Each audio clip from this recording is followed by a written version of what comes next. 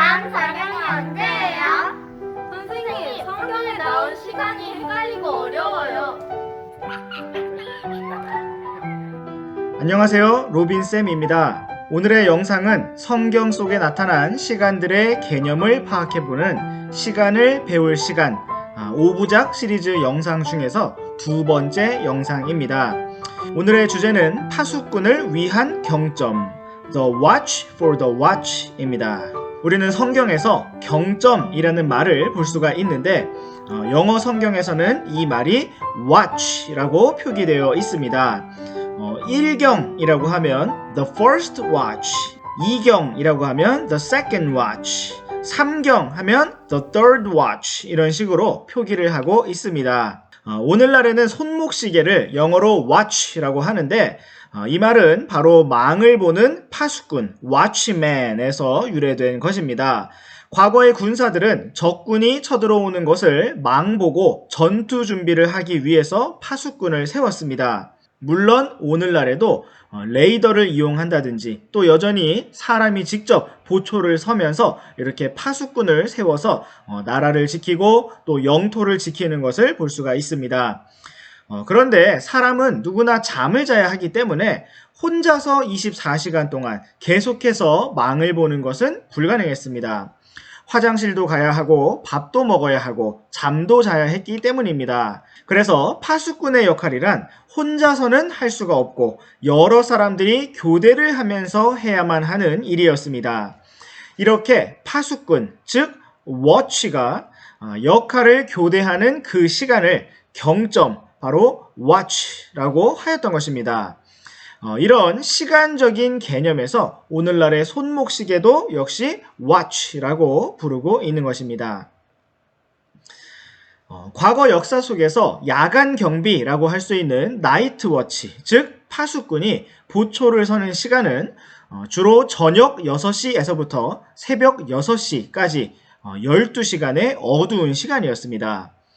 구약시대의 이스라엘과 또 중동 지방의 민족들은 저녁 6시부터 새벽 6시까지 총 12시간 동안 3교대로 파수꾼을 세웠습니다.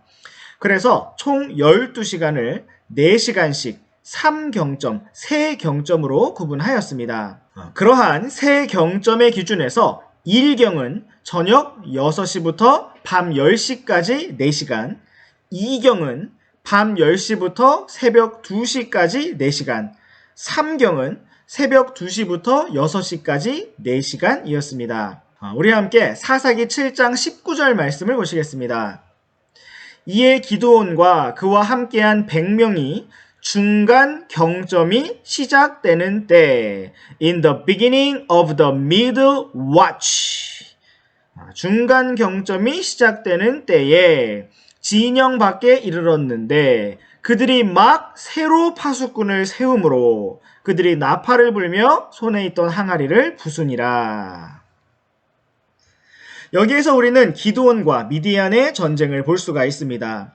기드온과 백성들은 중간 경점이 시작되는 때에 미디안의 진영 밖에 이르렀는데 그들은 그 경점에 파수꾼을 새로 세웠습니다. 그렇다면 이때는 몇 시였을까요? 바로 중간 경점이라고 했기 때문에 밤 10시쯤 되었을 것입니다. 오늘날 이 시대는 전기와 조명이 발달해서 사람들의 취침 시간이 늦어졌지만 이 당시에는 해가 지자마자 잠이 들었을 것이므로 밤 10시쯤이면 다들 잠을 자고 있는 말 그대로 한밤중이었을 것입니다. 또한 우리 함께 사무엘기상 11장 11절 말씀도 보시겠습니다.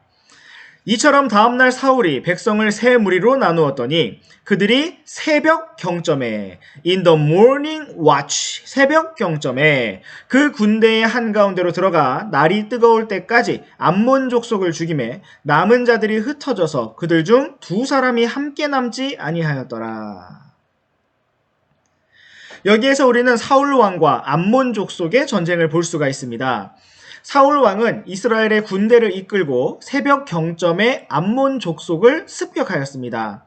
여기에서 말씀하시는 새벽 경점은 언제일까요? 바로 새벽 2시부터 6시까지로 구분되는 3경, 바로 세 번째 경점이었을 것입니다.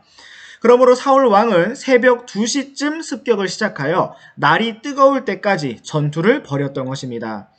이제 우리가 구약 성경을 읽을 때 경점이라는 말이 나오면 몇 시쯤이겠구나 하는 것을 조금은 더 생생하게 파악할 수가 있을 것입니다. 네, 다음으로 우리 함께 신약 시대의 경점에 대해 살펴보시겠습니다. 우리 함께 마태복음 14장 25절 말씀을 보시겠습니다. 밤 4경에 in the fourth watch of the night 밤 4경에 예수님께서 바다 위로 걸어서 그들에게 가시니. 네, 여기에서 우리는 예수님께서 바다 위로 걸어서 제자들에게 오신 장면을 볼 수가 있습니다. 마태복음은 그 시간이 밤 4경이었다고 기록하고 있습니다. 또한 마가복음 6장 48절 말씀도 보시겠습니다.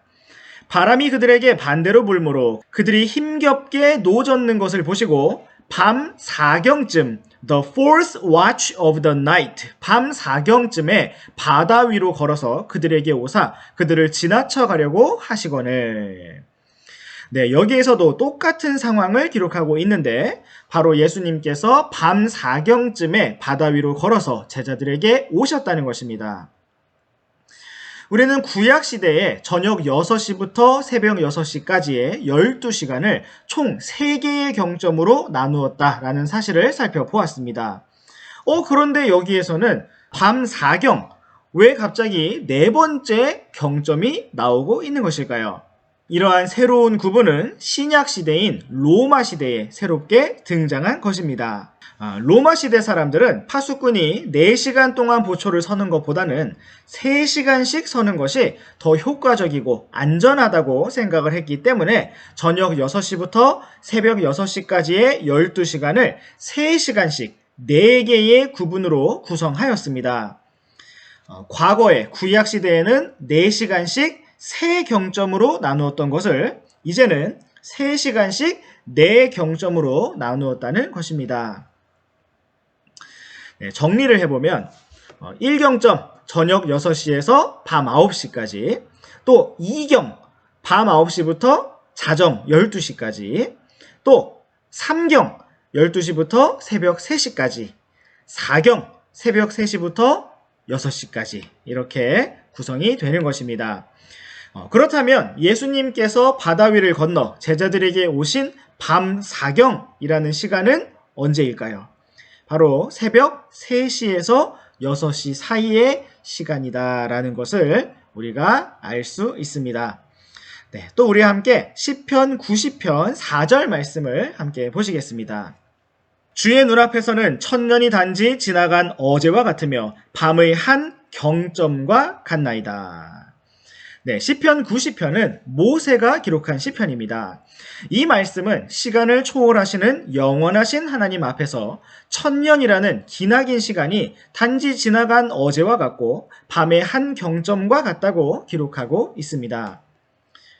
우리는 길어봐야 100년 정도 되는 인생을 살면서 정의가 무엇인지, 무엇이 공평한지를 따지고 이 인생 안에서 결론을 내려고 하지만 영원하신 하나님께서는 자신의 영원하신 시간표 안에서 모든 것을 공평하게 다루고 계십니다. 네, 이러한 영원하신 하나님, 공평하신 하나님을 우리가 더 알기를 원하고 그분의 완전하신 뜻을 믿고 기쁨 가운데 또 평안 가운데 그분을 따라가기를 원합니다. 네, 오늘 준비한 영상은 여기까지입니다. 다음 영상에서 계속 이어서 시간을 배울 시간 시리즈의 3번째 주제인 로마 시간, 바로 현재 시간, 가장 나중에 기록된 요한복음이라는 주제에 대해서 함께 살펴보도록 하겠습니다.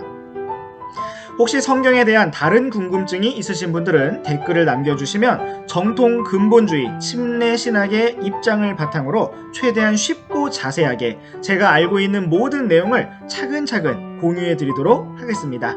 감사합니다. 그럼 안녕!